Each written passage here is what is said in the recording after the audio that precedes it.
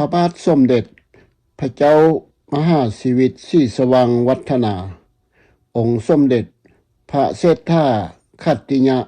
สุริยะวงศาภาคที่เก้า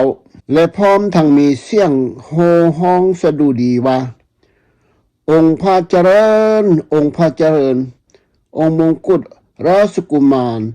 ของเราทั้งชาติจึงเจริญบ่ได้คาดเป็นระยะมันเป็นภาพที่เฮ็ดให้ประทับใจและก็ยังสะเทือนใจยังยิ่งหนักภาพหนึ่งซึ่งจะลืมเสียบ่ได้รุ่งอรุณวันใหม่ในวันที่1 ธันวาพระองค์ทรงเสด็จไปเป็นประธานในงานรับน้ำใหญ่ที่วัดมาซึ่งณที่นั้นบรรดาพวกนายบ้านและตาแซงพร้อมหัวหน้าเผ่าต่างๆประมาณ200 กว่าคนได้พากันกล่าวสาบานตนและถวายความจงรักภักดีต่อสมเด็จเจ้าฟ้าศรีสว่างวัฒนาและรัฐบาลต่อพระพักตร์ของสมเด็จเจ้าฟ้าสายองค์มงกุฎราชกุมารเสด็จนายกรัฐมนตรีและบุคคลสำคัญชั้นผู้นำของรัฐบาลในขบวนแห่ในการติดตามองค์สมเด็จครั้งนี้เมื่อสิ้นสุดพิธีรับน้ำใหญ่จบลงแล้วองค์สมเด็จเจ้าฟ้าสายก็ถือโอกาสเยี่ยมยามสถานที่ต่างๆส่วนเสด็จนายกรัฐมนตรีพร้อมด้วยคณะเจ้าแขวงและข้าราชการชั้นผู้ใหญ่หลายท่านได้พากันไปเยี่ยมยามชาวลาวถึงและมีเผ่าต่างๆได้ปลุกพร่ำอยู่หอบตลาดใหญ่เป็นมวดเสด็จนายกรัฐมนตรีได้ถามถึงความสุขทุกข์ในการทำงานการปลูกข้าวเลี้ยงป่าหาของเสพของชาวลาวถึงและเผ่าอื่นๆทั้งหลายและนักเรียนนักศึกษาจากนั้นพระองค์ยังได้อบรมแนะนำสอนประชาชนเหล่านั้นให้รู้ถึงว่าเอกราชนั้นแม่นยังพระองค์ยังได้แนะนำหัวหน้าสาวเข้าเหล่านั้นให้พยายามเปลี่ยนแปลงในการนุ่งห่มเสียมาเนื่องจากว่ายามฤดูหนาวมันจะเป็นการลำบากและทำให้สุขภาพบ่สบายได้ง่ายหลังจากนั้น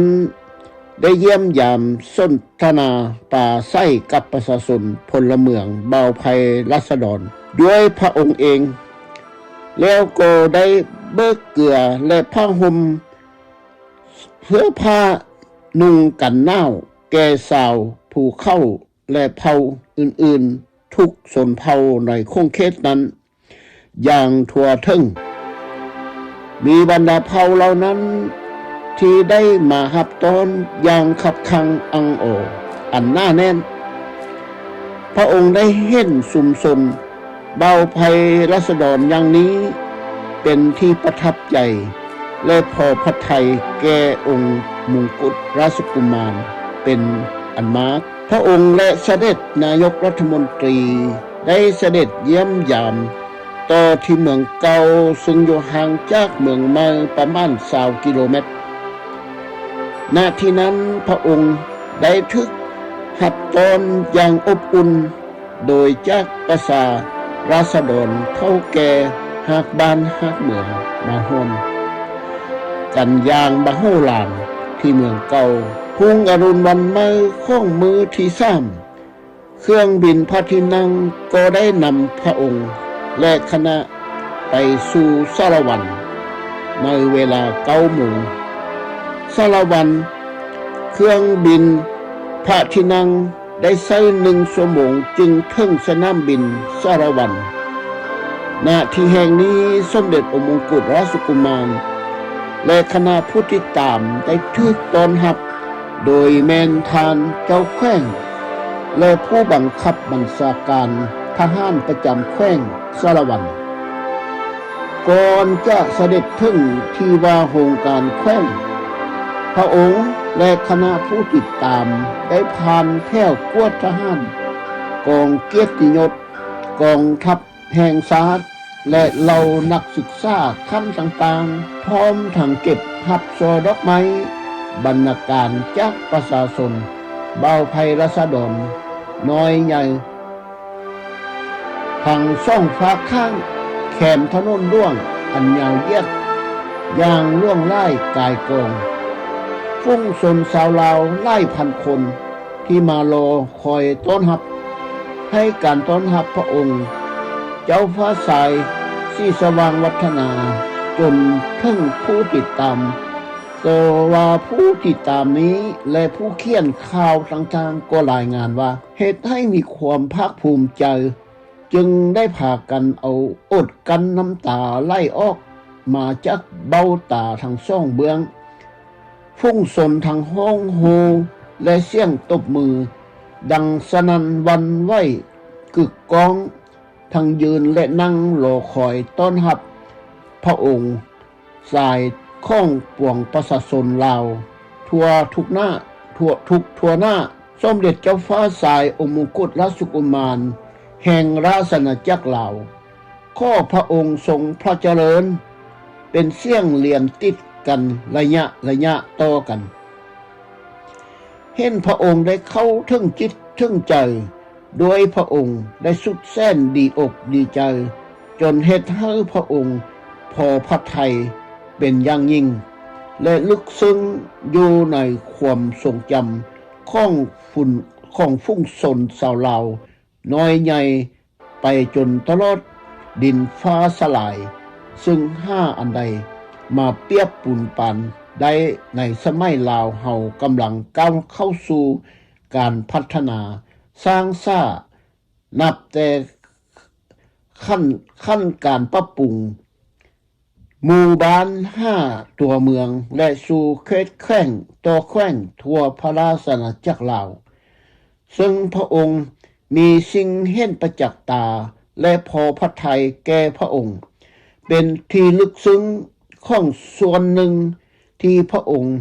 มีความมุ่งมา่ปรารถนาและมุ่งมั่นที่อยากเห็นภัยฟ้าราษฎรและรัฐบาลของพระองค์มีความถูกต้องปรองดองกันทุกเวลานาทีนับแต่วันนี้เป็นต้นไปต่อจากนั้นมีพิธีทำลาบาสีหลวงถวายแด่องค์พระองค์ก็จะจัดให้มีขึ้นที่ว่าการแขว้งจัดโดยมีเจ้าแขว้งเป็นเจ้าภาพจัดการร่วมกับบรรดาข้าราชการและปวงชนทุกทั่วหน้าในเขตนั้นหลังจากพิธีบาสีแล้วเสด็จนายกรัฐมนตรีเจ้าสุวรรณภูมิก็ได้กล่าวปราศัยกับประชาชนชาวสารวันมีเนื้อในใจความว่าดังนี้หน้าที่พลเมืองดีที่ต้องช่วยรัฐบาลสมัยเฮามีเอกราชมีเสรีภาพและประชาธิปไตยอันสมบูรณ์นี้ทั้งได้อธิบายให้เข้าเจ้าฮู้ได้ว่ารัฐบาลแม่นยังมีหน้าที่อย่างใดและได้เฮ็ดกิจการอย่างใดเพื่อความสุขความเจริญของประชาชนต้องมาก่อนทั่วประเทศราชอาณาจักรลาวเป็นกลางศัตรูของชาติและประชาชนลาวเฮาแม่นพวกแก้วเวียดมินได้นำเอากำลังเข้ามาปุ้นสะดมเอาหมู่ม้าเป็ดไก่ของพวกทานต้องห้าแนวป้องกันบ่ให้เข้ายึดเข้ามาเป็นดังนี้ข้าพเจ้าต้องสั่งให้เหือบินทิ่มระเบิดใส่หัวพวกเขาออกไปบ่ว่าแต่แขว้งสารวันเท่านั้นพวกเข้ามาทั่วทุกแห่งของประเทศลาวภาพที่เห็นอยู่นี้แม่นเหือบินเต28เหรียญแถวเป็นลำที่เตรียมพร้อมสู้รบทุกนาทีที่ประเทศชาติ ต้องการของนักบินเต28ที่กาหันเมื่อเสร็จสิ้นการก้าวป่าไส้แล้วเสด็จนายกรัฐมนตรีเจ้าสุวรรณภูมาและเจ้าฟ้าหญิงสวิวรรณสว่างก็มีการแจกจ่ายเสื้อผ้านุ่งห่มแก่ประชาราษฎรลาวทั่วถึงกันแก่ผู้ที่มาคอยต้อนรับอย่างอบอุ่นรุ่งอรุณวันใหม่เป็นวันที่3เวลา9 โมงเช้าเครื่องบินพระที่นั่งก็นำพาขบวนแห่พระองค์ไปยังซูเซโนซึ่งเป็นสนามบินใหญ่ของแขวงสวรรณเขตท่านพันเอกสิงห์รัตนสมัยผู้บัญชาการทหารภาค3พนาธานธงสุทธิวงศ์นราชรัฐมนตรีช่วยว่าการกระทรวงโฆษณาการซึ่งเดินทางมาจากเวียงจันทน์ก่อนหน้านี้แล้วเพื่อมาต้อนรับสมเด็จองค์มงกุฎราชกุมารในนามของรัฐบาลแห่งราชอาณาจักรลาวหลังจากรับพรใส่ยันโตจากพระสงฆ์และตรวจแถวทหารและกองกำลังแห่งชาติแล้วขบวนก็มุ่งหน้าสู่สวรรณเขตซึ่งไกลจากสนามบินเซโนประมาณ30 กิโลเมตรโดยขบวนแห่ทางรถยนต์ภายในเมืองสวรรณเขตร้านค้าบ้านเหือนวัดวาอาหามและสถานที่บ่อนศึกษาแห่งต่างๆเต็มไปด้วยถุงซาดสีแดงสาง3 หัวสดใสงามตาสง่างามของเครื่องไม้นั้นคือถุงซาดกาสาง3 เสี้ยนที่ปิวสะบัดขบวนแห่ได้ผ่านประตูใส่ซึ่งประดับประดาด้วยอย่างมีความประทับใจเป็นสง่าลาซี่อย่างพิจิตรบรรจงอันงดงามแต่แท้เห็นเป็นระยะฟุ้งสนสาวลาวน้อยใหญ่อ้อมข้างส่องฟากทางจนเบียดเสียดเลียนติดตามถนนล่วงในเมืองเพื่อคอยชมบารมีของพระองค์ที่เสด็จมาถึงที่นี้เห็นใบหน้าอันยิ้มแย้มแจ่มใสโตปวงชนลาวทุกเผ่าเฮ็ดให้หลายคนทั้งยืนและนั่งเบิ่งหน้าของพระองค์อย่างจดจ่อและแสดงความจงรักภักดีอันลึกซึ้งอยู่ในดวงใจของปวงประชาชนลาวทุกทั่วหน้าคณะนักเขียนนักศึกษา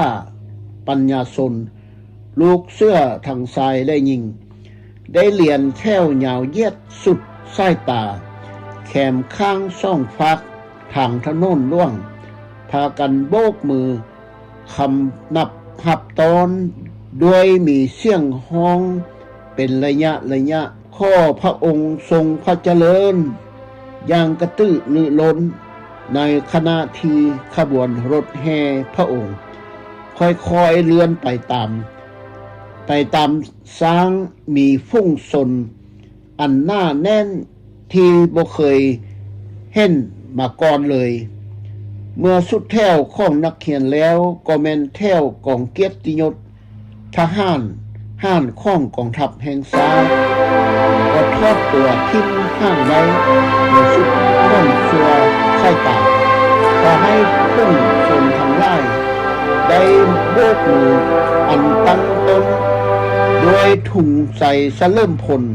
และกองดูริยางซึ่งบรรเลงเพลงสาดต้อนรับ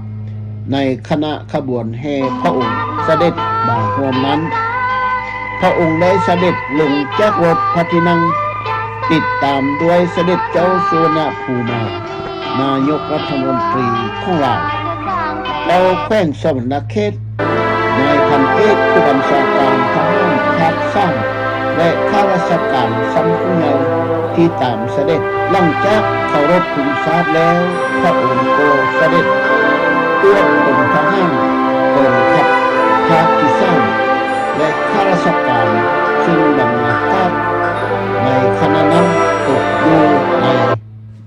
ใต้เสียงเพลงเดินอันเศร้าใจและอันเฮาใจและสั่นสะเทือนใจของกองดุริยางค์กองทัพทหารภาค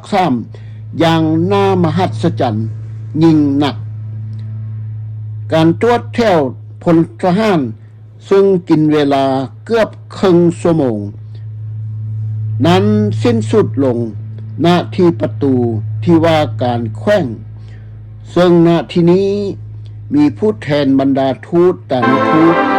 นานาชาติที่อยู่และอาศัยในเมืองสวรรณเขตคือพวกฝรั่งเวียดนามจีนอินเดียและปากีสถานได้พากันถ้วยโซดอกไม้บรรณาการแด่องค์สมเด็จเจ้าฟ้าสายศรีสว่างวัฒนาที่ได้เสด็จมาถึงที่นี้ในการมาประพาสสืบต่อสายผัวพันธุ์ลาวภาคใต้ส่วนมากบรรดาข้าราชการนายและพลทหารห้านนายและพลตำรวจทุกระดับและบรรดาประชาราษฎรก็ได้มีการเสนอตัวถวายความจงรักภักดีอยู่ที่นั้นด้วยต่อจากนั้นแล้วพิธีพระราชบาสีหลวงก็เริ่มขึ้นภายในคฤหาสน์ของพระนาทานเจ้าแขว้งผู้ว่าการแขว้งซึ่งข้าราชการชั้นผู้ใหญ่เท่าแก่หักบ้านหักเมืองได้พร้อมพากันเข้าร่วมพิธีพระราชบาสีหลวงนี้อย่างพร้อมเพรียงเหียงหน้ากับท่านผู้ว่าการแขว้งหลายห้อยคนจนคับคังอังโอหน้าแน่นต่อจากหลังจากโต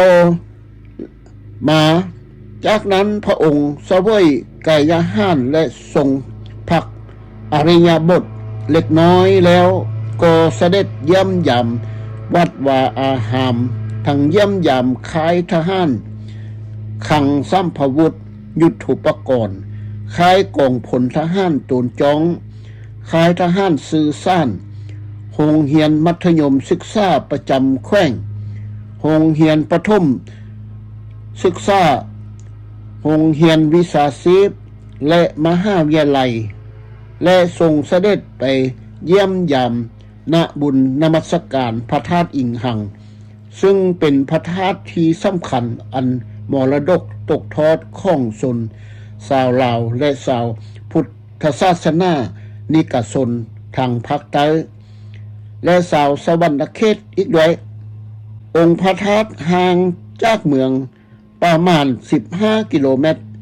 ซึ่งรถพระที่นั่งและรถขบวนแห่สมเด็จองค์มงกุฎราชกุมารต้องแล่นพาขี้ฝุ่นละอองข้องถนนสายน้อยๆไปจนถึง5กิโลเมตรเมื่อนมัสการแล้วพระองค์ก็ได้เสด็จสู่ที่ประทับชั่วคราวณที่ว่าการแขว้งในเวลา20:30 นาทีคืนของวันนั้นพระองค์ยังนั่งทอดพระเนตรในการไล่ลำของคณะนักเรียนลาวและจีนซึ่งได้จัดถวายพระองค์และคณะผู้ติดตามโดยเฉพาะหุงเช้าของอรุณวันใหม่ขึ้นมาเป็นวันที่4เดือนธันวาพระองค์สมเด็จเจ้าฟ้าศรีสว่างวัฒนาองค์มงกุฎราชกุมารก็ได้เสด็จออกจากสวรรณเขตมุ่งหน้าสู่ท่าแขกเวลา7:30 นาทีโดยรถยนต์ขบวนแห่รถพระที่นั่งต้องบุกพาขี้ฝุ่นละอองอันหน้าแน่นของถนนกำลังพัฒนาอันยาวนานถึง130 กิโลเมตรจากสวรรณเขตถึงท่าแขกในระหว่างการเดินทางนั้นขบวนรถพระที่นั่งก็ต้องหยุดหับเอาซอดอกไม้นำประชาชนเบาภัยรัษฎรตามแคมถนนร่วงส่องฝากข้างอันแออัดที่หน้าแน่นที่ประชาชนพลเมืองให้การต้อนรับอย่างอบอุ่น ในโอกาสเดียวกันนั้นเสด็จนาเจ้าสุวรรณภูมานายกรัฐมนตรีก็ถือโอกาสสนทนาปราศัยกับประชาชนโดยการอธิบายว่าเพื่อให้เข้าเจ้าหูถึงความเป็นไปของบ้านเมืองของเฮาปัจจุบันที่มีคือเอกราชแล้วทางอบรมแนะนำเข้าเจ้าคือประชาชนลาวให้ซอยเลือรัฐบาลเป็นกลางราชอาณาจักรลาวและในหน้าที่ของพลเมืองดีของชาติในการตั้งหน้าทำมาหากินเลี้ยงชีพตนอย่างซื่อสัตย์สุจริตอย่างสุดอกสุดใจและสุจริตและยาเสือคำโฆษณาส่วนเสือกับที่ความตัวยั่วลอกลวงของพวกเข้าคือพวกคอมมิวนิสต์ลาวอิสระที่หวังทำลายศาสตร์คาดการเสื้อถือของพวกกลุ่มการเมืองที่บ่มีเป้าหมายหลักมั่นใดๆที่มาอ้างอิงเอาเอกราชและยังโฆษณาส่วนเสื้ออีกว่าพวกเขาคือรัฐบาลราชจักรลาวถือแต่ความเป็นกลางว่าเอกราชจอมปลอมเสด็จนายกรัฐมนตรีเจ้าสุวรรณภูมาได้กล่าวภาพที่เห็นอยู่นี้แม่นนักข่าวถามเจ้าสุวรรณภูมาเป็นผู้ตอบต่อการเซ็นสัญญาและอนุสัญญาเคียงข้างอยู่กำขั้วนั้นแม่นคู่สัญญาได้ต่างหน้าให้ฝ่ายรัฐบาลกลางเวียงจันทน์คือเจ้าพญาล่วงปรีชาราชภักดีเพ่งพงสวรรค์เสด็จนายกรัฐมนตรีเจ้าสุวรรณภูมายังได้ให้ความหวังว่า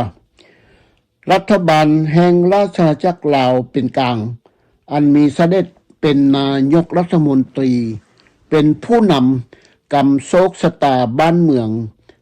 ด้านบริหารนำพาคณะรัฐบาลนี้จะพยายามซอยเลือสาวให้สาวนาตามที่มีความสามารถเสด็จได้กล่าวว่าสาวนาสาวส่วนแมนเป็นกระดูกสันหลังของชาติในการพัฒนาเศรษฐกิจกลุ่มตนเองและของชาติอันสำคัญยิ่งมีมาตรฐานและฐานะการอันดีต่อชาติยอมไม่ถึงความเจริญก้าวหน้าทางด้านเศรษฐกิจแห่งงานของชาติด้านการพัฒนาทรัพยากรมนุษย์ทั่วประเทศลาวฉะนั้นประเทศชาติของเฮาจะคาดสาวให้สาวนาด้านเกษตรกรบ่ได้เด็ดขาดภาพที่เห็นอีกส่วนหนึ่งเป็นน่าประทับใจนั่นก็คือสมเด็จเจ้าฟ้าสายศรีสว่างวัฒนาแห่งลาวเสด็จเยี่ยมยามสหภาพโซเวียตในเดือนพฤษภาปี 1966 สาธารณรัฐสังคมนิยมสหภาพโซเวียตทาจิกิสถานพบปะกับชาวชนบทในฟาร์มรวมลาโลซิยาณ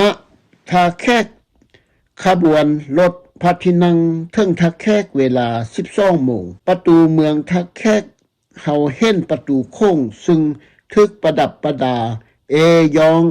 และปักด้วยเส้าคันทุงสาดสีแดงกาสร้าง3เสี้ยนอย่างงามตาเป็นหน้าอัศจรรย์อันสวยงามพร้อมด้วยคำขวัญที่เขียนไว้ว่าคือคำสดุดี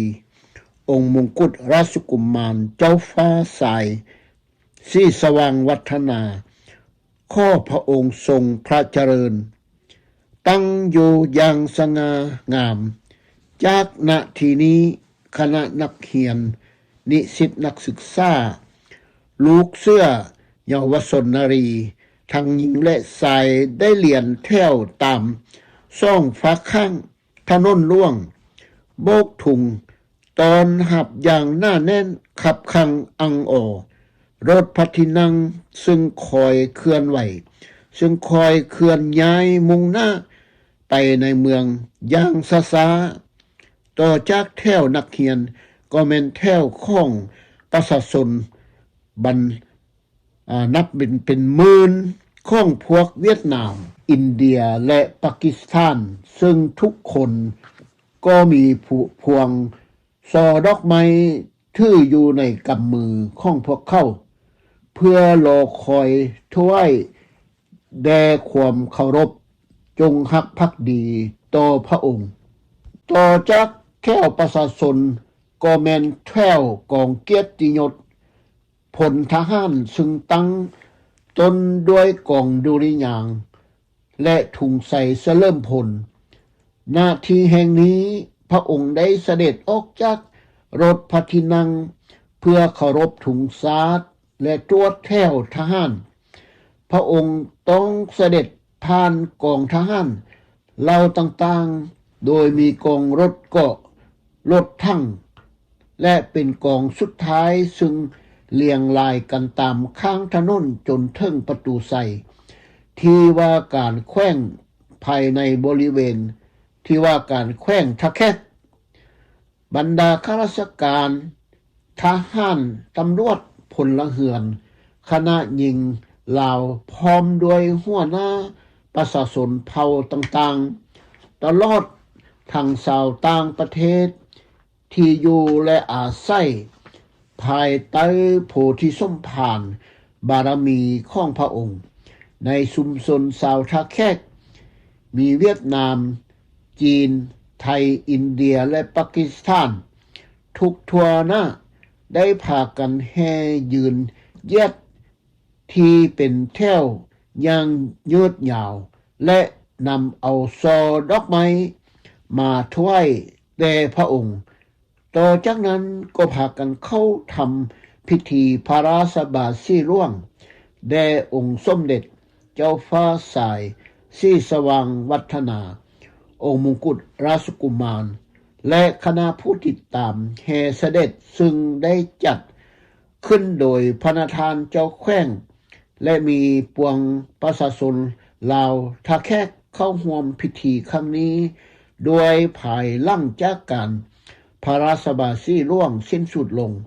เป็นที่เรียบร้อยแล้วเสด็จนายกรัฐมนตรีเจ้าสุวรรณภูมิมา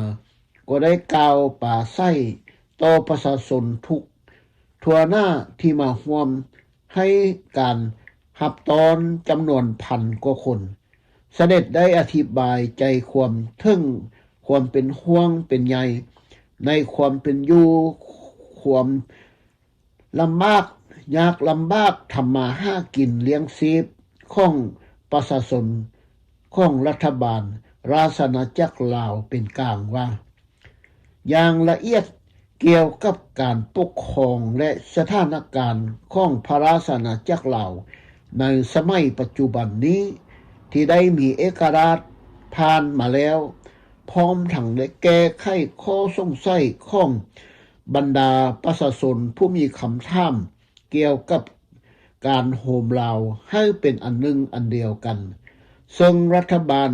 ราชอาณาจักรลาวเป็นกลางกำลังตกลงกับฝ่ายแนวลาวหักษาหรือพรรคแนวลาวอิสระซึ่งเห็นว่าได้รับผลเป็นสิ่งที่น่าพอใจยิ่งเสด็จกล่าวตอนบ่ายของวันนั้นสมเด็จเจ้าฟ้าศรีสว่างวัฒนาองค์มงกุฎราชกุมารและราชบริพารได้เสด็จไปเยี่ยมยามโรงเรียนค่ายทหารโรงเรียนมัธยม